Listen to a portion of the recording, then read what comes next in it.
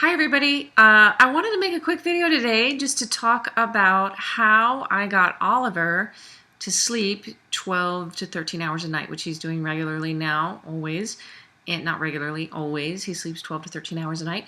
He is 4 months old, so it can be done. I did it actually with my daughter too, so I'm going to share with you in this quick video how I did it. And I want to preface it by saying that if you don't want to do what I did, you don't have to. Not everybody's going to want to do things that I do, and that's totally fine. I'm not saying this is right or wrong. I'm just saying this is what we do, what we did, and what works for us. Parenting is such a personal thing, and you might be like, look, I want to co-sleep with my baby and nurse him to sleep, breastfeeding, until he's 3 or 4 years old.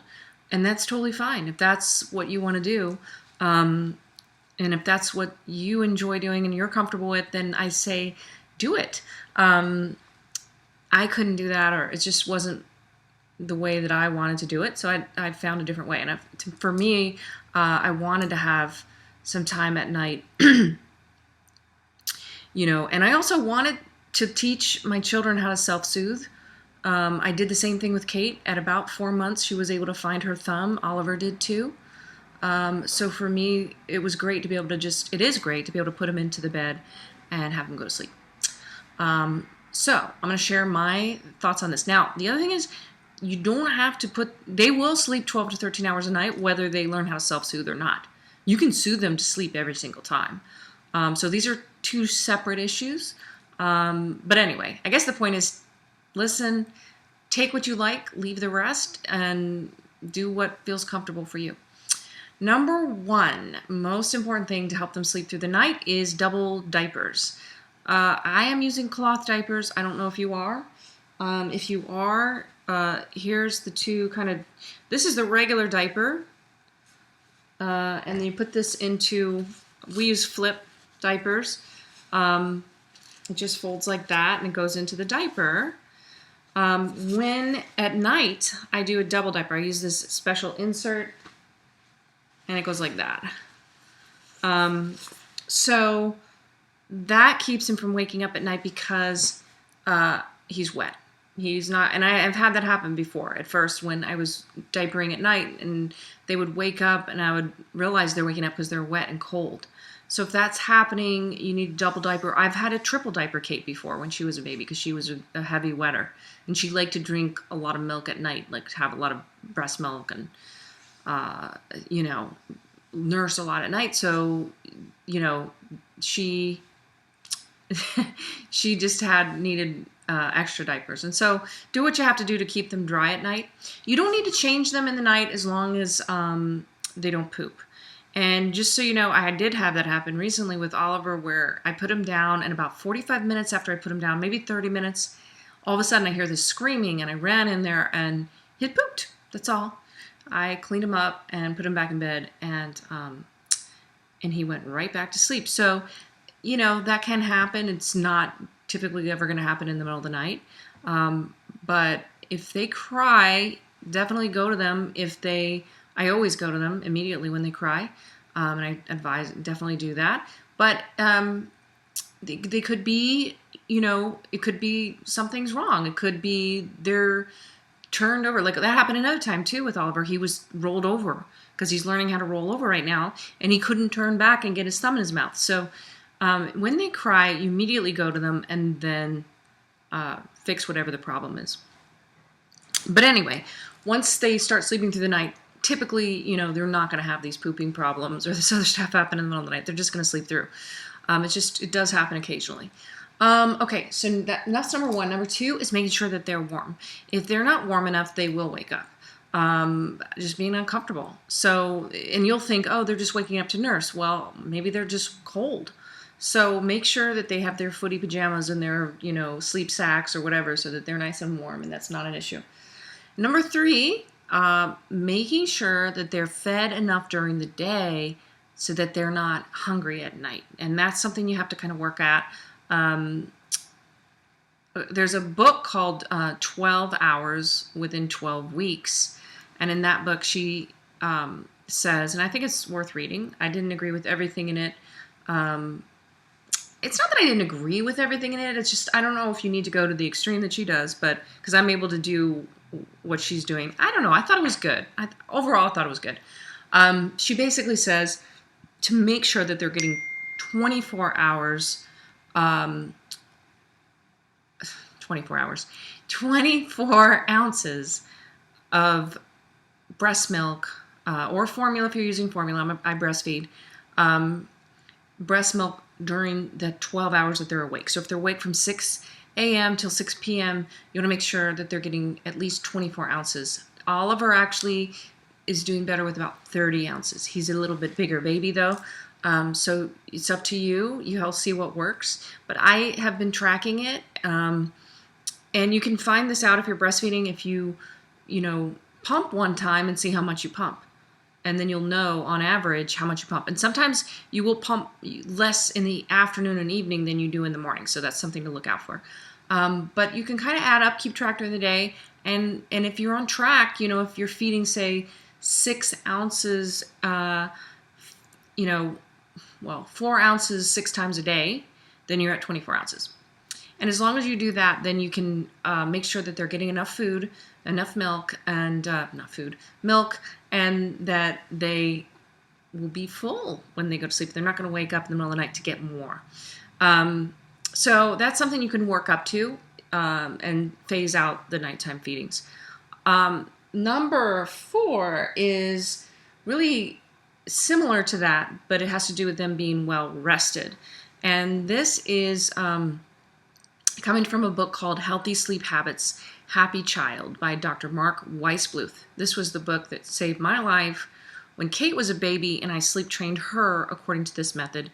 It's similar to making sure they get enough food, enough milk during the day, but it's about making sure that they get enough sleep during the day. And it seems counterintuitive, but if you will make sure that your baby sleeps well during the day and that you put them to bed early enough at night, earlier rather than later, they're actually going to sleep better, they're going to go down easier, and they're going to sleep longer. And it has to do with the fact that this guy that wrote the book is a doctor, a sleep researcher, and he said that when our babies are overtired because they're not getting enough naps and they're not getting enough sleep at night, they end up actually producing adrenaline and they don't sleep as well. So if you sleep begets sleep, that's what he says, sleep begets sleep. So help them get more sleep and then they're going to sleep better. So if you're running the baby around a lot during the day, if you're going out with the stroller and they're going from this park to that park and you're doing mom's days out and all this kind of stuff, they might not be getting enough sleep and they might be overtired. They don't sleep as well in the stroller, according to Dr. Weisbluth. They don't sleep as well in the car seat. So what I had to do with Kate was I'd actually keep her home for a couple weeks where we were just, making sure that the moment she started to look tired, and sometimes she was only awake for 45 minutes, when she was 4 months old, she'd wake up, breastfeed, be awake for 45 minutes, and then she was right back down again. And I was like, okay, as soon as she looks tired, I put her down. And that's what's worked for her to start sleeping and stop crying as much. She was much more well rested. So also putting them to bed at night, what I find with Oliver is, and Kate was exactly the same, I actually put them to bed around 5:30. Sometimes as early as 5. If he seems tired, he goes down earlier. Sometimes as late as 6 or 6:30, but never past 7. And then what he does is he sleeps till 6:30 at the earliest. He'll wake up. He'll usually get up by 7. So if they seem overtired, if they seem fussy, if they're getting fussy at 4 o'clock, it's probably because they're tired. So try putting them down earlier. Try putting them down. The other thing is like a 2 yawn rule. When you see them starting to yawn, when you see their eyes get glassy, rush them to the bed and put them in bed. I think I said number 5, but that was number 4. Number 5 is routines, having a routine. And this doesn't have to be an elaborate thing. This literally could be a 5-minute thing, or 10-minute thing. It could be,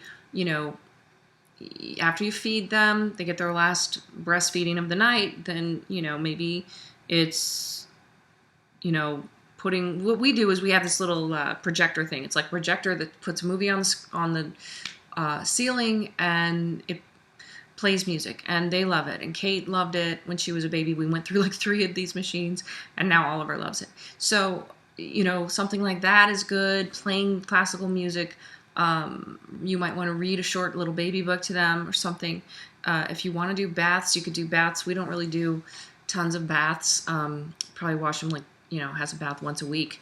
But whatever it is that you have incorporated as part of your routine that they know, oh, right, I get my diaper change, they do the double diapers, then I have my breastfeeding, and then it's time for me to go in my bed, and then they're going to put that little music on. And so he always knows it's time, whether it's a nap or time to go to bed.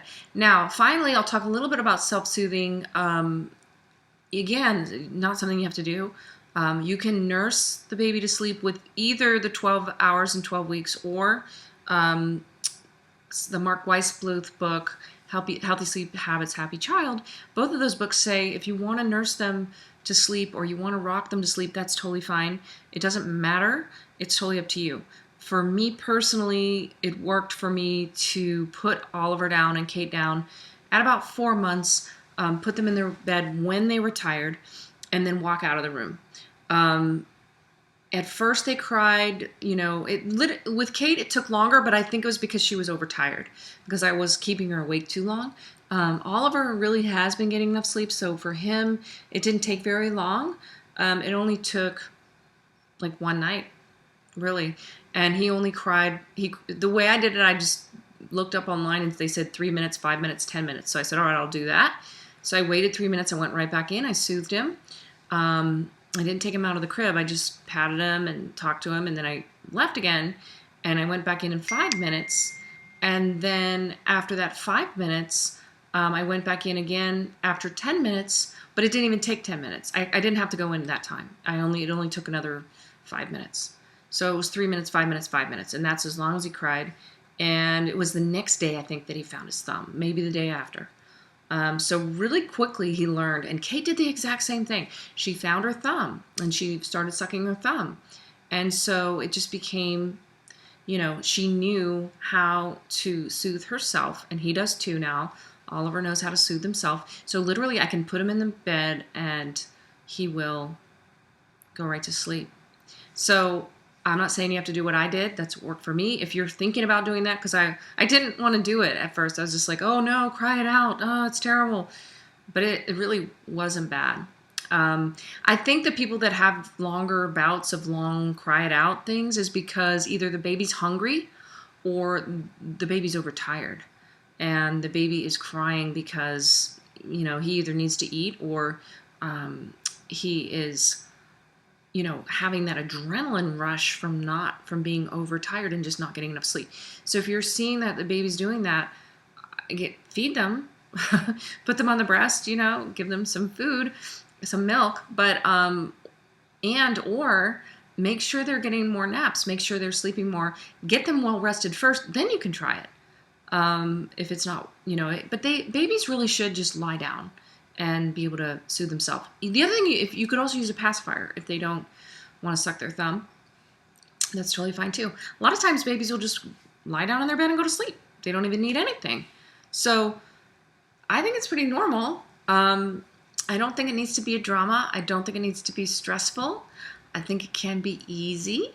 And I would just suggest to you that you just put that out to the universe or God or whatever you want to, what you believe in. Just say, make this easy for me. Help me help my baby.